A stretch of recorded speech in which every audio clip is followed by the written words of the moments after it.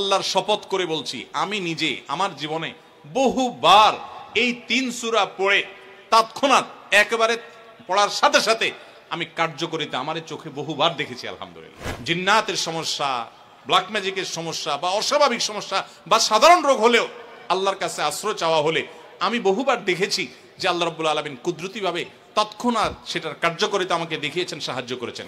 দুধ কলা দিয়ে যেরকম মানুষ সাপ পোষে, অনেকে আমরা শয়তানরে সেরকম হৃষ্টপুষ্ট করে নিজের কাছে রাখি। আমার বাসা বাচ্চার কোনো অসুবিধা হলে মাঝে মধ্যে আমার মিসেস বলতেন যে একটু দোয়া পড়ে সূরা ফাতিহা পড়ে ফু দাও তো।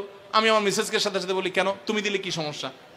নবী করিম সাল্লাল্লাহু আলাইহি সাল্লামের পরিষ্কার হাদিস রয়েছে, যদি কেউ সকালে 3 কুল 3 বার করে পাঠ করে, সূরা ইখলাস 3 বার, সূরা ফালাক 3 বার, সূরা নাস 3 বার যদি কেউ পাঠ করে, সন্ধ্যার আগ পর্যন্ত সারা দিনের জন্য ওই পাঠকারী ব্যক্তি আল্লাহ তাআলার জিম্মায়, আল্লাহর হেফাজতে, আল্লাহর নিরাপত্তায় সে চলে যায়।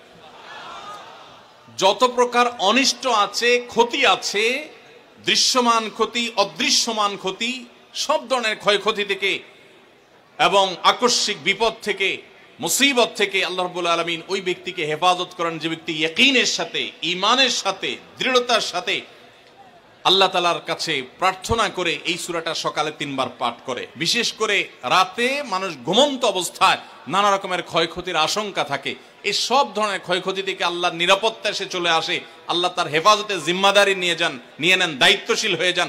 সবকিছু থেকে যথেষ্ট, সবকিছু থেকে আল্লাহ তাআলা তাকে নিরাপদ করে দেন।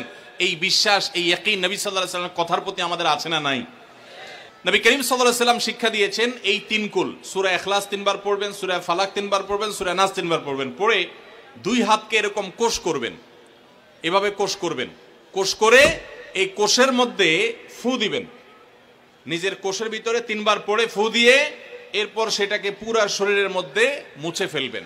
যেখানে যেখানে হাত নেওয়া সম্ভব হয়, শরীরের যতটুকু জায়গা হাত নেওয়া সম্ভব হয়, সামনে পেছনে চেষ্টা করে যতটুকু সম্ভব হয় ততটুকু মাসা করবেন, মুছবেন হাত দিয়ে। এর মাধ্যমে আল্লাহ তাআলা আপনাকে হেফাজত করবেন। ছোট ছোট বাচ্চা যারা আছে, দুধের শিশু, 2 বছর, 4 বছর, 6 বছর, যারা পড়তে পারে না এখনো বা মুখস্থ নাই, সে বাচ্চাদেরকে মা বাবা বা তাদের কাছের কোনো লোকজন তারা পড়ে 3 বার ফু দিবেন। আবার 3 বার পড়ে নিজের ছেলে মেয়ের সবার শরীরে ফু দিয়েন না, প্রত্যেকের জন্য 3 বার। আপনারটা আপনি করবেন, বাচ্চাটা বাচ্চাকে করে দিবেন।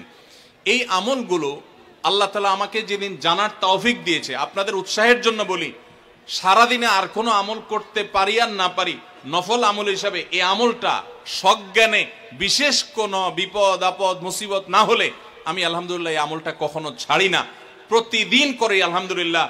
আজকেও শুরুতেও এই আমলটা আমি করে নিয়েছি।